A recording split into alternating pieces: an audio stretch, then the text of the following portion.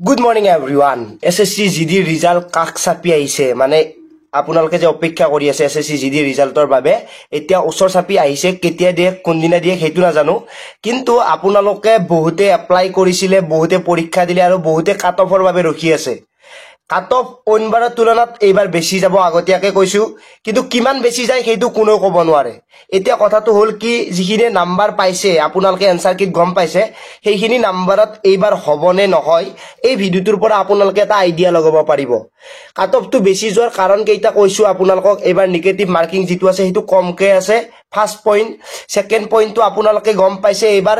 বেছিকে লৰা ছোৱালীয়ে পৰীক্ষাত এটেন্ড কৰিছে মানে আৰটিআই ৰিপোৰ্ট মতে এটা কথা গম পোৱা গৈছে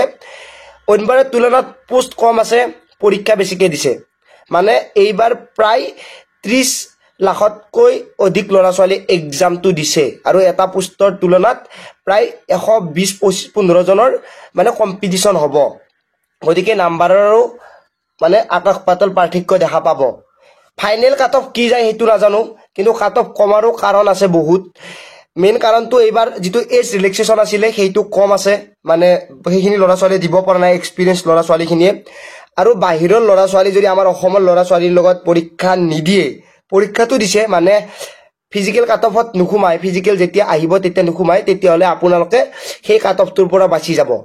আগতে ফিজিক্যাল কাট অফৰ পৰা মেডিকেললৈকে বহুত বেছি জাম্প কৰিছিল মানে ফিজিক্যাল যদি 40 গৈছিলে মেডিকেললৈকে 40 পৰা 55 পৰ্যন্ত লৈকে গুছি গৈছিলে আৰু মেডিকেলত কমকে মাতিছিল যেহেতু অলপ কমকে জাম্প কৰিছিলে এইবাৰ তেনেকুৱা অলপ কমকে দেখা যাব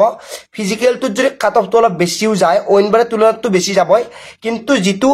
মেডিকেল কাট অফ আছে সেইটো জাম্পটো অলপ কমকে মাৰিব কাৰণ কি বাহিৰৰ ক্যান্ডিডেট যদি নাহে তেতিয়া হলে নাম্বাৰটো তাতে স্তব্ধ হৈ যাব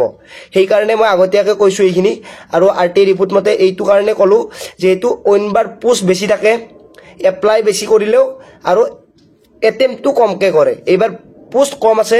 এপ্লাইটো কৰিছে কিন্তু এটেম্পটো বেছি কৰিছে মানে পৰীক্ষা দিছে কাৰণ নিবনুৱা বৰ্তমান বহুত বেছি আছে সকলোকে চাকৰি লাগে সেই কাৰণে কম্পিটিশনটো বেছি হ'ব ৰিজাল্টৰ বাবে আশা কৰি আছে যদি তেতিয়া হলে আপোনালোকে কিন্তু ৰানিং কৰি থাকক কাৰণ বেছি সময় হাতত নাপাব ৰিজাল্ট দেৰিকে দিয়া মানে আপোনালোকে হাতত কমকে সময় পোৱা সেই কাৰণে কৈছো ৰানিংটো কৰি থাকক যদি আপোনালোকে সময়লৈকে ৰখি আছে তেতিয়া হলে কিন্তু প্ৰবলেম হ'ব ভিডিওটো সকলোকে শেয়াৰ কৰি দিব নাপাৰিব আজিলৈ মানে পুনৰ লগ পোৱাৰ আশাৰে মই জিতুমণি জয় আই অসম।